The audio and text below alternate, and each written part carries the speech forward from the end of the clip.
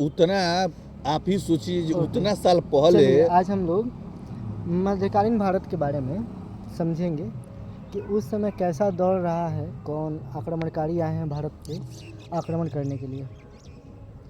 तो इस्लाम धर्म का उदय होता है 22 अप्रैल 570 में, जब हम लोग कहते हैं कि एक हुआ करते थे कौन, प्रोफेट पैगंबर। कौन से 70 की बात कर रहे हैं? 570 570 ईस्वी की बात कर रहे हैं। अब बताइए। 622 में जन्म होता है एक व्यक्ति का, हैं? मोहम्मद का, हाँ जो इस्लाम धर्म के लिए जाने जाते हैं। हाँ जाते हैं मक्का मदीना हज करने। हाँ, वहीं से शुरू हुआ। मुसलमान पैदा हुआ 62 वहीं से हुआ। 62 वर्ष का काल रहा है इसका। हाँ 22 अप्रैल 570 से 8 जून 632 तक का हाँ। काल है। इस्लाम धर्म के उदय में बहुत योगदान रहा है इस समय। कुरान के धार्मिक गुरु को हम लोग जवाबित कहते हैं। जवाबित वो व्यक्ति होता है, जैसे हम लोग में पंडित होते हैं वैसे उनमें जवाबित होता है। जैसे हम लोग मुंसिफ और काजी का नाम सुनते हैं, हाँ तो वो लोग जिसके बिहाफ पे काम करते हैं कानून, उस कानून को कहते हैं हम लोग जवाबित। हाँ जवाबित कहते हैं। मदीना के कुरैश तथा मुस्लिम के बीच 3 युद्ध हुए थे। मक्का मदीना का नाम जानते हैं हम लोग, हाँ हाँ अरबिया वाला। हाँ हाँ हाँ। वहाँ 3 युद्ध होते हैं। पहला जंगे बदर, जंगे उहद और जंगे खदक। हाँ तो ये तीनों युद्धों में बात करें तो सबसे पहले होता है जंगे बदर। बदर मतलब होता है सबसे खराब स्टेट, ठीक है, हाँ। खराब कंडीशन को बोलते हैं बदर। मार्च अप्रैल महीना था 624 में ये युद्ध होता है। वहीं जंगे उहद की बात करें मार्च 625 में होता है। और जंगे खदक की बात करें मार्च अप्रैल 627 में होता है।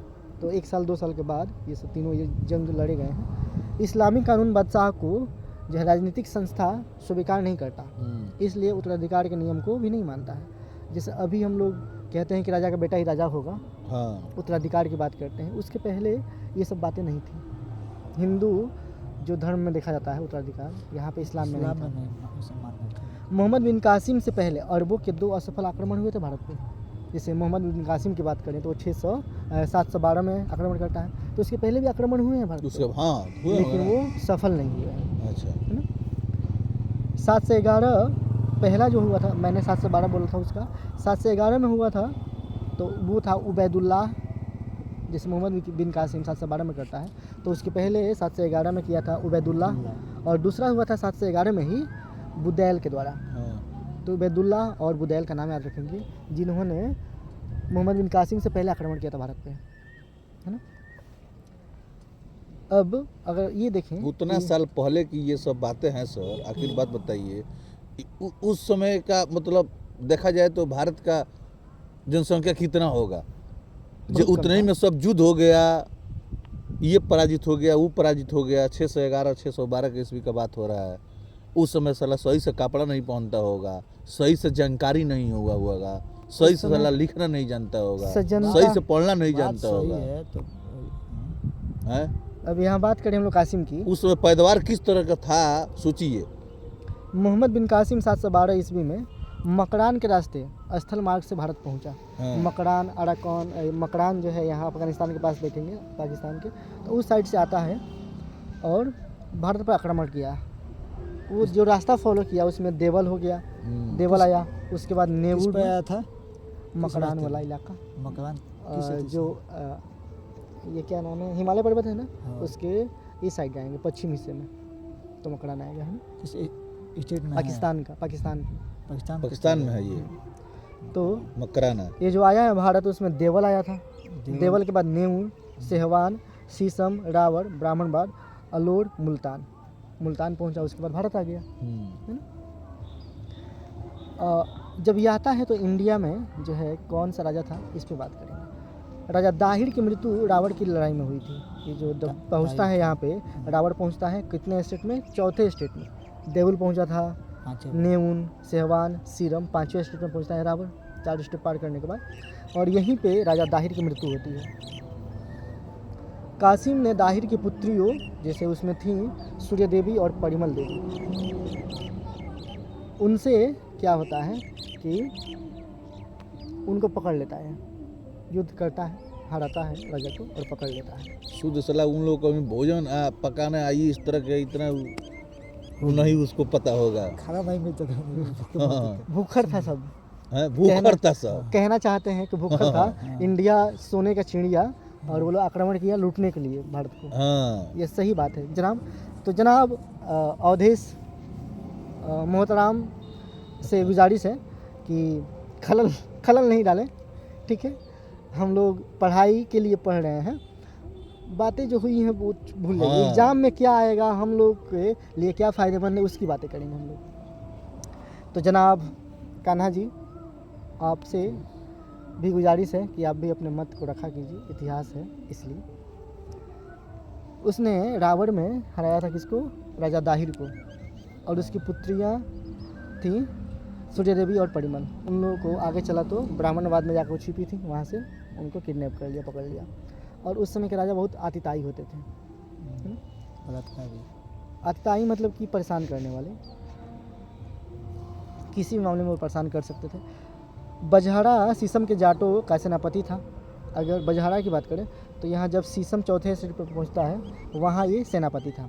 वह कासिम के शीशम पर आक्रमण किया लेकिन मारा गया। जब वहाँ पहुँचा मोहम्मद बिन कासिम तो इसे युद्ध हुआ और हार गया बेचारा। तब तक पहुँच गया वो रावण में। मोहम्मद बिन कासिम तथा खलीफा वलीद की मृत्यु 714 में हुई। देखिए 712 में आक्रमण किया और 2 साल के बाद वो निपट गया। भगवान का, अल्लाह का प्यारा हो गया, अल्लाह का बंदा अल्लाह का प्यारा हो गया। तो क्या युद्ध में मारा गया था? हाँ, युद्ध में मारा गया। अच्छा। वैसे लोग शांति से रहते कहाँ हैं, दुश्मन वजह- मनाएंगे। इसको जो दूसरा नाम दिया गया है वो कौन था? खलीफा वलीद। खलीफा वलीद की मृत्यु यहीं पे होती है। वलीद के बाद सुलेमान खलीफा बना, जैसे मोहम्मद बिन कासिम खलीफा वलीद, और इसके बाद खलीफा जो बना वो था सुलेमान। बाद में जब हम लोग मॉडर्न इंडिया को पढ़ते हैं तो वहाँ खलीफा जो 1920 में पद था ख़त्म किया गया था। उसके पहले 1920-21 में जब हम लोग इंडिया में करते हैं असहयोग आंदोलन, सविना हो गया आंदोलन, तो वहाँ पे अब यहाँ दिख रहे हैं कि जब ये शासक बना सुलेमान, उसके बाद चालुक्य शासक थे पुलकेशिन द्वितीय। पुलकेशिन धीराज या इनको पुलकेशिन द्वितीय भी कहते हैं। अविनाशाश्रय को अरबों को पराजित करने के कारण नौसारी अभिलेख में इनके बारे में जानकारी मिलती है। जैसे दक्षिणापथ के ठोस स्तंभ है नौसारी अभिलेख, और इस नौसारी अभिलेख में जानकारी मिलता है कि जो पुलकेशिन द्वितीय थे उन्होंने इससे युद्ध किया था और अरबों को पराजित भी कर दिया था पुलकेशिन द्वितीय ने। जाजिया कर लगाने वाला पहला शासक था मोहम्मद बिन कासिम। तो वही अतिताई जो 712 में आक्रमण किया था भारत पे, वो जजिया कर पहले, उसके बाद हम लोग देखते हैं कि उसको अडॉप्ट किया गया, फिर से हटाया गया, फिर से लाया गया, हटाया गया बहुत बार। वाले थे अकबर, लगाने वाले थे औरंगजेब। फिर से हटाया गया था। फरुखसियर उसको करता है, फिर से औरंगजेब आ जाता है। औरंगजेब था वो तो बेटा नहीं था, ठीक है, अकबर का। वो तो शाहजहां का बेटा था। शाहजहां का, यानी कि अकबर के बेटा थे सलीम, उसको जहांगीर कहते हैं। जहांगीर के बेटा थे शाहजहां का थे औरंगजेब। शाहजहां का बेटा, शाहजहां के और भी बेटे थे, दाराशिकोह था। अब यहाँ बात करते हैं हम लोग। तो मोहम्मद बिन कासिम जाजिया कर लगाने वाला पहला शासक था। अगर कोई पूछे कि जाजिया कर का तो भारत में जन्मदाता कौन है, तो भारत में सबसे पहले रुपया का नाम किसने दिया? टका, शेरशाह सूरी ने।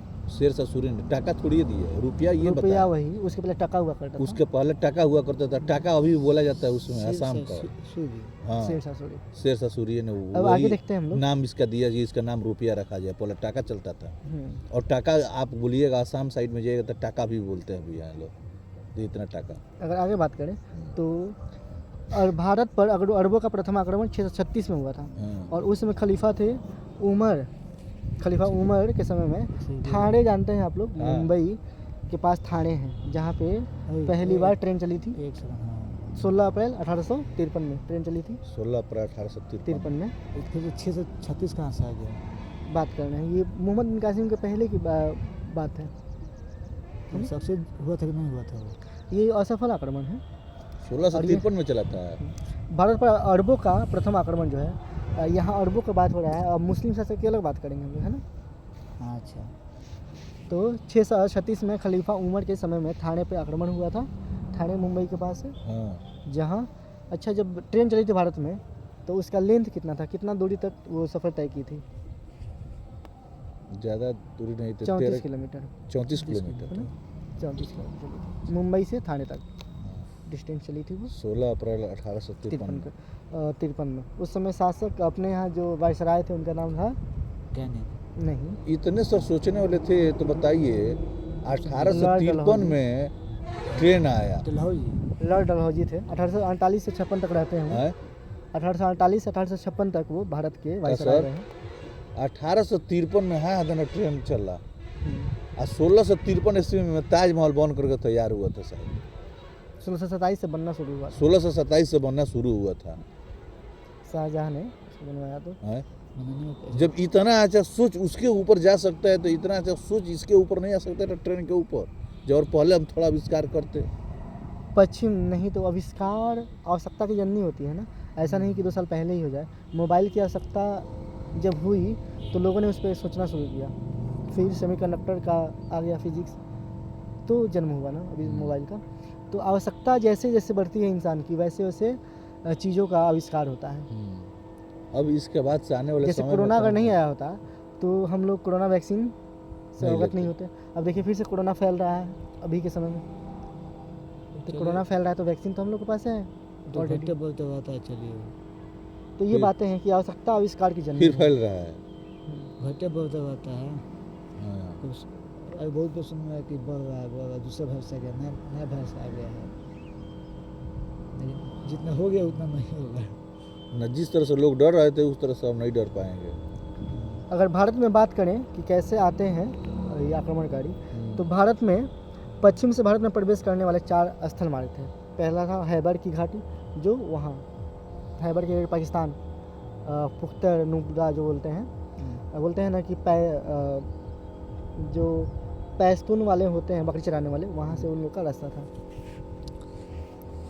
तो यहाँ से पहला हैबर की घाटी, दूसरा बुलन की घाटी वहीं है, मकरान तट और जल मार्ग से। जल मार्ग से जैसे कि अपने यहाँ आया था कौन, ताज, होटल ताज पे आक्रमण करने वाला, क्या नाम था उसका? जो ताज होटल पर आक्रमण किया था। कसाब। कसाब। तो किसाब, कसाब तो कसाब कसाब जल मार्ग से आया था भारत, तो वो भी आक्रमणकारी था। जलबाग से तो समुद्री से आया था। हाँ, आकर इतना सलाह करा, कहाँ का था वो? पाकिस्तान का। पाकिस्तान का था। आकर सलाह आक्रमण कर दिए। अच्छी हुआ है। कब आक्रमण किया? सर विलियम म्योर की बात करें तो उनके अनुसार क्या है, सिंध विजय से इस्लामी नीतियों में एक नए युग का आरंभ हुआ।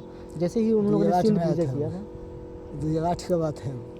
जैसे ही उन लोगों ने जो ताज होटल हाँ है, 2008 दिया में था। आक्रमण हुआ था 11 नवंबर को, 11 नवंबर को 26 नवंबर को 26 26 नवंबर 11 26 नवंबर को 26 11 26 नवंबर को। अच्छा 11 नवंबर से बात तो याद आया, 11 नवंबर को कौन सा दिवस मनाते हैं हम लोग?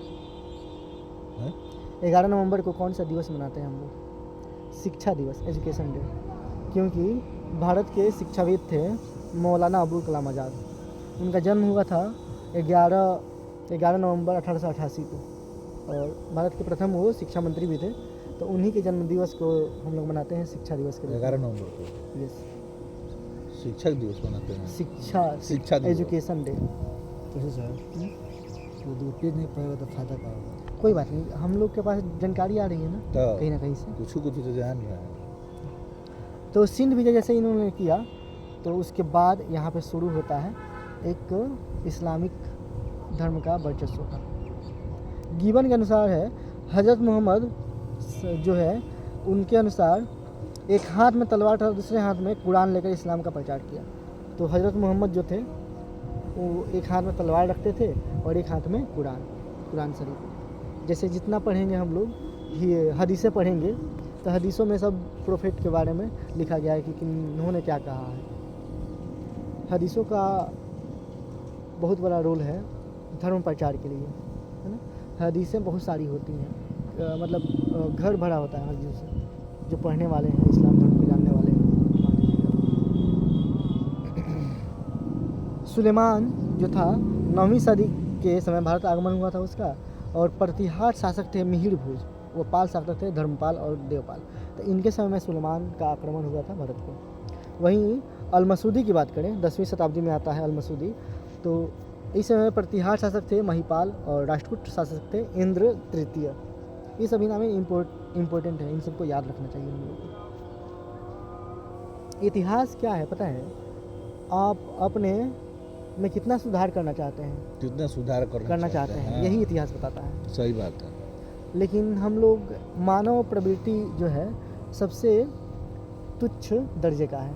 हम लोग गलतियां देखते हैं करते हुए, बट अपनी गलतियों को नहीं सुधारते हैं। गलतियों ये में सुधार। बहुत मतलब निम्न स्तर का हम लोगों का सोच है। तुर्की आक्रमण की बात करें तो गजनी वंश की स्थापना होती है अलप्तगीन के समय में। अलप्तगीन जब था तो इसने तुर्की में गजनी वंश साला की स्थापना इतना की थी। आक्रमण करता था उस समय, आज के डेट में उतना आक्रमण होता है? नहीं, बात है किया जाए। तो अभी हैं? हम लोग सिक्योर उस जोन में आ गए समय हैं ना। क्या करता था साला, मंदिरों को तोड़ करके का तोड़ करके सब आक्रमण करता था, मस्जिदों को तोड़ करके। आएगा उसके बाद तुरंत नहीं, आएगा। कोई बात नहीं। देखिए, आक्रमण होना बुरी बात नहीं है। आक्रमण होने से ये होता है कि आप अपने अधिकारों के प्रति जागरूक होते हैं। अगर ये ज़मीन जो है बंजर पड़ा है, कोई आके बोले कि अरे ये ज़मीन बंजर पड़ा है, चलो इसमें हम कुछ लगाते हैं, तो आपका ध्यान रखें, अरे ये मेरा ज़मीन है, ये क्यों काम करेगा, क्यों नहीं हम इस पे काम करें। तो उससे क्या होता है कि हम लोग अवगत होते हैं अपने अधिकारों के प्रति, अपने कर्तव्यों के प्रति। कर्तव्य। अगर हम लोग अंग्रेज़ों के गुलाम नहीं होते तो हम लोग आज राजा महाराजाओं के गुलाम होते। हमारे देश में इतनी टेक्नोलॉजी नहीं आई होती, नहीं आई होती। दुनिया में इतना विकास नहीं हुआ होता। हम्म। तो ज़रूरी है कि हमें, अब ये ज़रूरी नहीं है कि किसी का उसको पता चल जाए तो उसको मार के हटा दिया जाए, उसको पता चले उसको दे दीजिए। अंग्रेज़ों को तो जब पता चल गया कि नहीं अब भारत जो है जागरूक हो चुका है, तो हमारे देश को छोड़ के चले गए वो। सही बात। उसके बाद लूट-पुट नहीं मचाया। एक सम्मानपूर्वक बोले कि आप लोग संविधान बनाइए, हम लोग चले जाएंगे अपने देश। हम लोग का क्या है? एक भोजपुरी में कहावत बा कि जो बुड़बक के धन रही तो अमीर कहती, चलाक खैला बिना ना मुई। नाम तो एक मतलब बाटे कि हमनी के होशियारी दिखावे के चाहिए अपना काम के प्रति, समझदारी रहे के चाहिए। यही फील्ड बाटे तो फील्ड के कवना तौर पे हमनी के इस्तेमाल कर देते। जैसे हम लोग जहाँ बैठे हैं आज, ये कितना मतलब सुगम समय है हम लोग के लिए, कितनी अच्छी बात है कि हम लोग यहाँ बैठ के पढ़ पा रहे हैं इतने शांति माहौल में। सही बात है। इस तरह के अच्छे लोग मतलब सोचना पड़ता है। पढ़ाई वो नहीं है जो हम लोग सिर्फ किताब को पढ़ के और याद करने की कोशिश करें। पढ़ाई वो चीज़ है ना कि इससे हम लोग आज क्या सीखे, वो जरूरी है। नहीं तो ये किताब कोई 10 दिन पढ़ेगा, ख़त्म करेगा पढ़ के, और हो सकता है कि दिमाग अच्छा इस्तेमाल करेगा तो सारी बातें याद भी हो जाए। भगवान की कृपा, कोई है ना, भगवान की कृपा उससे बने तो ये सारी बातें याद भी कर सकता है। लेकिन याद करने में और उसको जीवन में इस्तेमाल करने में काफ़ी का अंतर है, और उसको समझना। तो गजनी वंश की स्थापना अलप्तगीन के द्वारा की जाती है तुर्की में। इसे हम लोग यामिनी वंश भी कहते हैं, हम लोग। सुबुक्तदीन जो था अलप्तगीन का एक दास था, तो सुबुक्तदीन एक अल्पगीन का दास था। उस समय दासों को रखने का प्रथा था, और यही आगे चल के उसका दामाद बन गया। दामाद के बाद राजा भी बना चाहिए, दामाद के बाद राजा बन जाएगा। जैसे अलाउद्दीन खिलजी की बात करें हम लोग, तो अलाउद्दीन खिलजी अपने चाचा की बेटी से शादी कर लिया।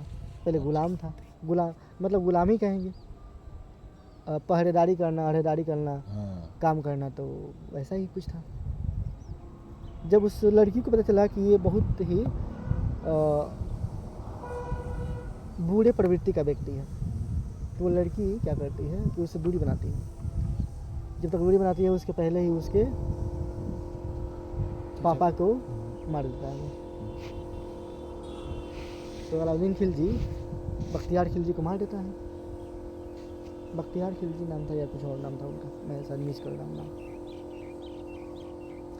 बख्तियार खिलजी नहीं था, बख्तियार खिलजी तो ये किए थे ना, क्या नाम है, नालंदा को विध्वंस किए थे बख्तियार खिलजी, है ना। अच्छा। जलाए थे वही आग लगाए थे, जो बाद में इनका दामाद बना और वह 977 ईस्वी में गजनी के सिंहासन पर बैठा। तो सुबुक्तगीन जो है अलप्तगीन का एक शासक था, और अलप्तगीन कौन था? जो गजनी वंश की स्थापना की थी तुर्की में। तुर्की का अभी वर्तमान नाम क्या है? तुर्की का करंट अफेयर का क्वेश्चन है। तुर्की तुर्की है। और तुर्की का मतलब होता है एक जैसे गधा जानवर में होता है ना, गधा हाँ। सबसे खराब जानवर, तो वैसे पक्षी में सबसे गंदी पक्षी होती है तुर्की है, और उसी के नाम पे उस कंट्री का नाम है वो फिलहाल। तुर्की है। पहले तुर्की था, बाद में तुर्की हो गया। उसके पहले इसका नाम कंस्टेंटिनोपल हुआ करता था, इस्तांबुल हो गया बाद में, और अभी तुर्की हुआ। तुर्की से तुर्की हो गया। 1453 में क्या हुआ था? 1453 में इन लोगों ने अपना कुछ किया था और अधिकार हो गया था इस पे अलग लोगों को, अरबों का, तुर्की पे। फिर से 1453 की बात की जा रही है। फिर क्या हुआ कि यहाँ पे रास्ता बंद हो गया, तो अंग्रेज अब आने के सोचने लगे कि हम लोग को इंडिया जाना है तो इधर से चलते हैं। उत्तर करना है नहीं, हम लोग पढ़ाई कर रहे हैं। थोड़ा थोड़ा। नहीं, बुरी बातें हम लोगों में कुछ भी नहीं क्या है। सर? बुरी बात नहीं है तो फल फल है। फल नहीं है, ताड़ी फल नहीं होता है, नशा होता है। तो नशा है सर। कल हमसे कोई पूछ रहे थे, नशा शराब में होती तो नाचती बोतल का फिलॉसफी समझाइए। हाँ। तो नशा शराब में होती तो नाचती बोतल, यहाँ तो फिर बोतल क्यों नहीं नाचती है? वही चीज़, यहाँ बोतल जो है सिर्फ कंटेंट करने का काम कर रहा है, उसको होल्ड कर रहा है। हाँ। वो उसकी प्रवृत्ति से खुद को बोझिल नहीं होने दिया हाँ। है ना। वो सिर्फ उसको होल्ड करके रखता है। जैसे संगत में पढ़ने से इंसान बिगड़ भी जाता है, बन भी जाता है, और जो अच्छा व्यक्ति होता है संगत में भले रहेगा लेकिन वो बिगड़ने वाले कंडीशन में तो वही अपने तो बचा लेता है। तो वैसे बोतल की प्रवृत्ति है। हाँ, तो बोतल की क्या प्रवृत्ति है कि वो नशा करे, लेकिन वो नशा कर कहाँ है, वो तो सिर्फ उसके साथ में है, हाँ, रखने के लिए इस्तेमाल हुआ है। हाँ। ऐसा नहीं हो सकता है कि बोतल एक क्या है, एक निर्जीव है। जैसे हम लोग कहते हैं हैं? संगमरमर की बात करते हैं हम लोग, एक पेड़ होता है धूप का पेड़, है ना, धूप की बात करते हैं। तो धूप का पेड़ हमेशा सांपों से लिपटा हुआ रहता है, लेकिन वो विषैला होता है क्या? नहीं होता है। बहुत महंगा बिकता है वो धूप का लकड़ी। धूप का लकड़ी, हाँ तो वो नशा शराब में होती तो नाचती बोतल, हाँ वहाँ भी अप्लाई होता है। हाँ। तो वहाँ लकड़ी का उसके संगत में रहने से असर चेंज नहीं हुआ, बोतल का संगत में रहने से असर नहीं हुआ। तो इसे बोलते हैं कि सजनता बोतल से सीखिए कि रखने का काम कर रहा है। कीचड़ में फूल खिल रहा है लेकिन कीचड़ जैसा नहीं बन रहा है फूल, कमल। तो वैसे ही इसकी बात हो रही है। वापस आ रहे हैं टॉपिक पे। तो सुबुक्तीन की मृत्यु होती है 999 में, और इस समय उसके साथ साम्राज्य में अफगानिस्तान, खुरासान, बल्ख और भारत के पश्चिमोत्तर प्रदेश सम्मिलित थे। तो जो भी इलाका पाकिस्तान वाला इलाके के पास है, अफगानिस्तान वाला, ये सारा इलाका इन्हीं लोगों के पास था। महमूद गजनवी सुबुक्तीन का पुत्र था। अब देखिए सुबुक्तगीन कौन था? अलप्तगीन का दामाद और उत्तराधिकारी दास। उसका बेटा हुआ कौन? महमूद गजनवी, और वही आएगा भारत पे आक्रमण करने। इतिहास को ऐसे पढ़िए ना कि जैसे वो दिख रहा है। मैं यहाँ पे चीज़ें पढ़ नहीं रहा हूँ, बस देख रहा हूँ, बोल रहा हूँ। रेफरेंस के तौर पे किताब इस्तेमाल हो रहा है। तो ये कब होगा? जब हम लोगों में शालीनता रहेगी, हम लोग बैठ के उसको पढ़ेंगे, समझेंगे, तो हो जाएगा। आप बहुत मेहनत किए हैं सर, हमको लगता है हिस्ट्री के पीछे। नहीं, हम मेहनत क्या नहीं है सर? हम मेहनत नहीं किए। ना मेहनत किए हैं, ये तो हम मानते हैं। शुरू से संघर्ष करते हैं हिस्ट्री के प्रति, खास करके इनका जागरूक रहा है। जबकि हिस्ट्री में सब्जेक्ट नहीं है, ठीक है ना, नहीं है तो कहा हिस्ट्री को 2 घंटा पढ़ा 2 महीने तक आ जाएगा, नहीं पढ़ पाएंगे। जानकारी लेने में समय लग जाएगा। आप जो पढ़ रहे हैं ना, हाँ। सिर्फ वही कंटेंट नहीं है, इसके रेफरेंसेस क्या रहे हैं, इसका हिस्टोरिकल बैकग्राउंड क्या हाँ। है, इसका स्टोरी क्या रहा मैथ है। खाली पढ़ना बहुत बड़ी बातें नहीं है, उसके तो कंसेप्ट वो को सब क्लियर जानना करना सबसे जरूरी बड़ी बात है। टाइम तो ऐसे नहीं हुआ जाए।